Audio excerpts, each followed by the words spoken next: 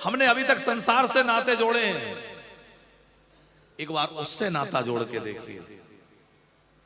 हमारा अपना बेटा हो सकता है कि आखिरी समय में हमें पानी देने भी ना आए, अग्नि देने भी ना आए, ऐसा भी होता है।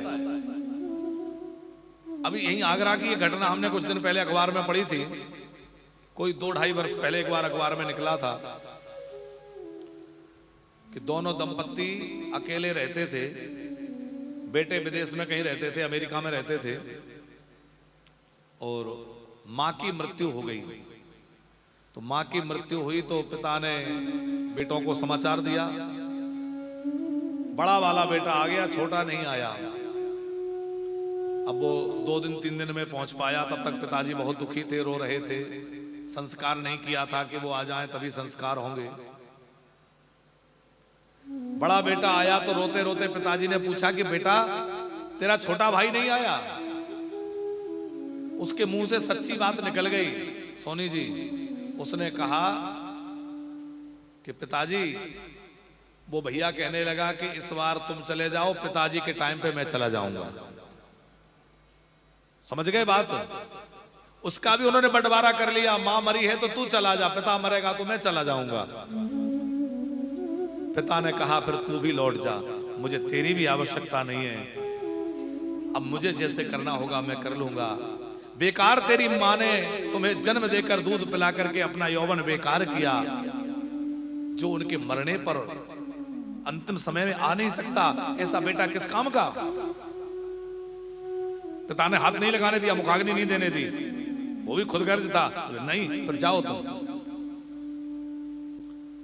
तो ये बात सुनाने का अर्थ हमारा ये है कि हमारा अपना खास बेटा भी हो सकता है समय पर ना पहुंचे, लेकिन यदि आपने कन्हैया को अपना बेटा बनाया है तो आप निश्चित मानना वो समय पर अवश्य आएंगे और आकर आपकी सहायता कर जाएंगे। साहब,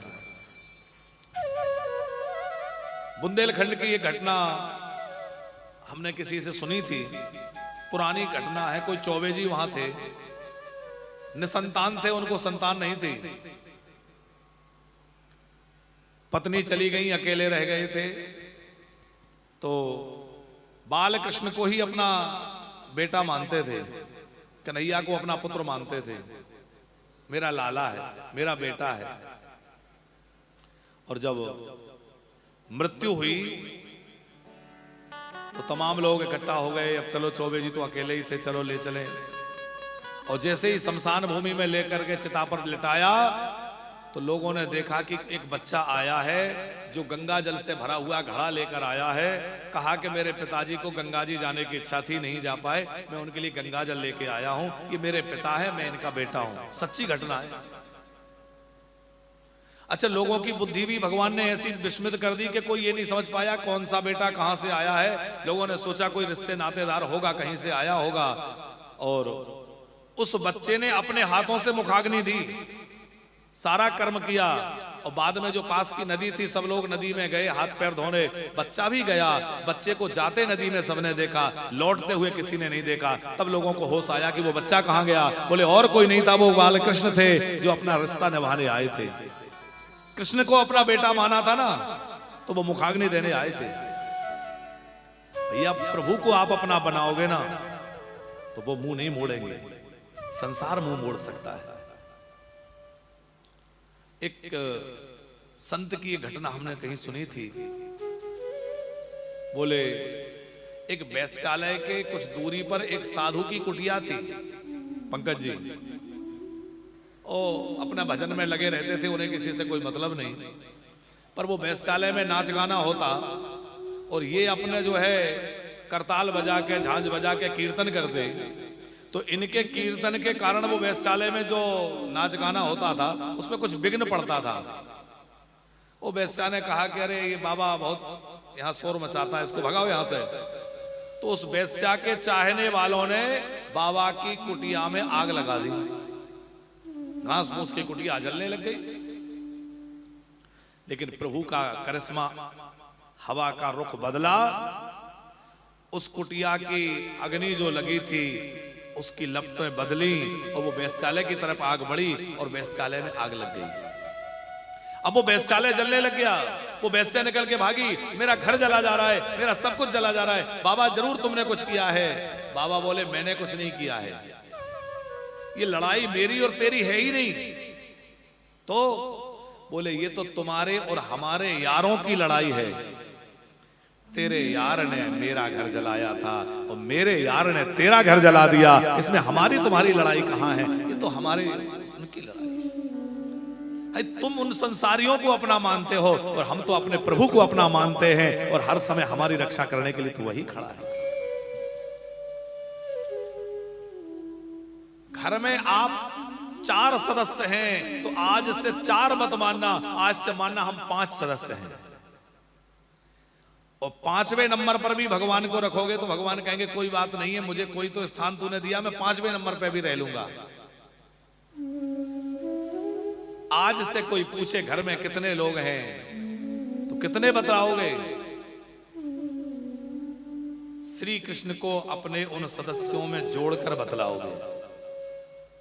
घर से कभी निकलो ना, कहीं जा रहे हो, चाहे ऑफिस के लिए निकले, दुकान के लिए निकले, कहीं निकलने के लिए जा रहे हो तो अपने ठाकुर जी से मिलके जाएं और उनसे कहें मैं जा रहा हूं, आप अपना ध्यान रखना, ठीक से रहना। उनसे मिलके जाइए। जब भी आप घर में आए तो सबसे पहले किसी से मिले तो किससे मिले? अपने ठाकुर जी से आके मिले, आके उनको बस एक बार देख लें, एक बार उनके सामने आ जाएं, क्योंकि उनको भी तो प्रतीक्षा रहती है। आप बाजार जाते हैं, बढ़िया मिठाई सजी हुई दिखती है, बच्चों की याद आ जाती है, अच्छा फल रखा हुआ दिखते हैं, फलों को देख के आपको अपने बच्चों की याद आ जाती है। लेकिन जिस दिन अच्छे फल सजे देखकर आपको अपने कन्हैया की याद आ जाए, उस दिन समझना जीवन में भक्ति का प्रवेश हो रहा है। सुंदर फल देख करके लगे कि एक फल तो मेरे कन्हैया के लिए खिलाता, कितने सुंदर फल है, ये तो मेरे ठाकुर जी के लिए ले चलो। कितनी अच्छी मिठाई है, ये तो मेरे ठाकुर जी को भोग लगना चाहिए। अच्छी वस्तु देख करके बच्चों की याद तो आ जाएगी, पर अच्छी वस्तु देखकर जिस दिन ठाकुर जी की याद आ जाए तो समझना अब जीवन में भक्ति का प्रवेश हो रहा है। कई लोग कहते हैं नहीं भगवान खाते नहीं है, पर ऐसे खिलाने से फायदा क्या? अरे भगवान भावग्राही जनार्दन है, वो बस देख लेते हैं और तृप्त हो जाते हैं। और भगवान को भगवान मानकर पूजते रहोगे तो भगवान कहेंगे ठीक है हम भगवान बने रहेंगे, लेकिन भगवान को अपना लाला मान लो, अपना मित्र मान लो, अपना कोई खास भाई संबंधी मान लो, तो भगवान आपके वो संबंधी बन जाएंगे। गिरिराज जी की वो एक घटना है, डॉक्टर साहब पुष्टि मार्गीय एक संत थे और बड़े प्रेम से कन्हैया की सेवा करते, बाल कृष्ण उनके ठाकुर जी, तो बाल कृष्ण की सेवा बड़े भाव से करते थे। और पुष्टि मार्ग में तो अपरस की सेवा होती है। जितनी बार ठाकुर जी के यहां मंदिर में प्रवेश होगा उतनी बार स्नान करके जाएंगे, उतनी बार धुले वस्त्र पहन के जाएंगे, ऐसा नियम रहता है वहां। एक बार बाहर आ गए तो दोबारा प्रवेश करोगे तो स्नान करके धुले वस्त्र पहन के ही अंदर जाओगे, वो वस्त्रों में नहीं जा सकते। अब वो वृद्ध महात्मा थे, ठंडियों का समय था, लगभग पूस का महीना, कड़ाके की ठंड,